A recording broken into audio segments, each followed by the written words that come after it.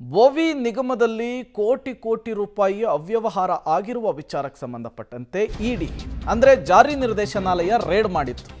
ಇದೇ ವಿಚಾರಕ್ಕೆ ಸಂಬಂಧಪಟ್ಟಂತೆ ನಿಗಮದ ಮಾಜಿ ಎಂಡಿ ಅಂದರೆ ವ್ಯವಸ್ಥಾಪಕ ನಿರ್ದೇಶಕ ನಾಗರಾಜಪ್ಪಗೆ ಇಡಿ ಡ್ರಿಲ್ ಮಾಡಿದೆ.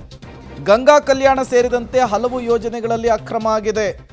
ಅಕ್ರಮದ ಇನ್ವೆಸ್ಟಿಗೇಷನ್ ವೇಳೆ 160 ಕೋಟಿ ರೂಪಾಯಿ ವಂಚನೆ ಆಗಿರೋದು ಬೆಳಕಿಗೆ ಬಂದಿದೆ. ಇಡಿ ತನಿಖೆಯ ವೇಳೆ ಅಕ್ರಮ ಹಣ ವರ್ಗಾವಣೆ ಮಾಡಿರೋದು ಪತ್ತೆಯಾಗಿದೆ. ಮನಿ ಲ್ಯಾಂಡ್ರಿಂಗ್ ಆ್ಯಕ್ಟ್ನ ಅಡಿಯಲ್ಲಿ ದೂರನ್ನು ದಾಖಲಿಸಿಕೊಂಡು ಪ್ರಕರಣವನ್ನು ದಾಖಲಿಸಿಕೊಂಡು ಈಗ ಹಲವರಿಗೆ ಖೆಡ್ಡ ತೋಡುವಂತಹ ಕೆಲಸವನ್ನು ಇಡಿ ಮಾಡ್ತಾ ಇರುವಂಥದ್ದು. ಹಾಗಾದರೆ ಬೋವಿ ನಿಗಮದಲ್ಲಿ ಅಕ್ರಮ ಆಗಿರೋದು ದೃಢ. ಯಾವ ರೀತಿ ನೋಡ್ತಾ ಹೋಗೋಣ. ಬೋವಿ ನಿಗಮದ 100 ಕೋಟಿ ವಂಚನೆ ಪ್ರಕರಣ ರೇಡ್ ಬಳಿಕ ಪ್ರಕರಣದ ಬೆನ್ನು ಬಿದ್ದಿದ್ದಾರೆ ಇಡಿ ಅಧಿಕಾರಿಗಳು, ಅಂದರೆ ಜಾರಿ ನಿರ್ದೇಶನಾಲಯದ ಅಧಿಕಾರಿಗಳು. ಬೋವಿ ಅಭಿವೃದ್ಧಿ ನಿಗಮದ 97 ಕೋಟಿ ರೂಪಾಯಿ ದುರುಪಯೋಗವಾಗಿದೆ, ಮಿಸ್ಯೂಸ್ ಆಗಿದೆ. ಬೋವಿ ಸಮುದಾಯದ ಏಜೆಂಟರ ಮೂಲಕ ಹಣವನ್ನು ವರ್ಗಾಯಿಸುವಂತಹ ಕೆಲಸವನ್ನು ಮಾಡಿದ್ದಾರೆ.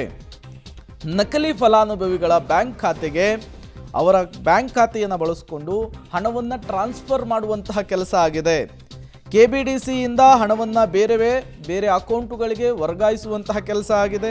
ದಾಳಿಯ ವೇಳೆ ಸಂಗ್ರಹಿಸಿದಂತಹ ಸಾಕ್ಷ್ಯಾಧಾರದ ಮೇಲೆ ನಾಗರಾಜಪ್ಪ ಅವರನ್ನು ವಶಕ್ಕೆ ಪಡೆದುಕೊಳ್ಳಲಾಗಿದೆ. ಅಕ್ರಮ ಹಣ ವರ್ಗಾವಣೆಯಲ್ಲಿ ನಾಗರಾಜಪ್ಪ ಭಾಗಿಯಾಗಿರುವುದು ಪತ್ತೆಯಾಗಿದೆ. ತಮ್ಮ ಸ್ನೇಹಿತರು ಮತ್ತು ಕುಟುಂಬ ಸದಸ್ಯರ ಬ್ಯಾಂಕ್ ಖಾತೆಗಳಲ್ಲಿ ಹಣವನ್ನು ವರ್ಗಾವಣೆ ಮಾಡಿದ್ದಾರೆ ನಾಗರಾಜಪ್ಪ ಅನ್ನೋದು ಗೊತ್ತಾಗ್ತಾ ಇದೆ. ನಾಗರಾಜಪ್ಪ ಕೊಡುವಂತಹ ಡೀಟೇಲ್ಸು, ಅವರ ಮನೆಯಲ್ಲಿ ಸಿಕ್ಕಿರುವಂತಹ ಕಡತ ಮತ್ತಷ್ಟು ಜನರಿಗೆ ಖೆಡ್ಡ ತೋಡಲಿಕ್ಕೆ ಸಹಾಯವಾಗುತ್ತೆ ಅಂತ ಕೂಡ ಹೇಳಲಾಗ್ತಾ ಇದೆ.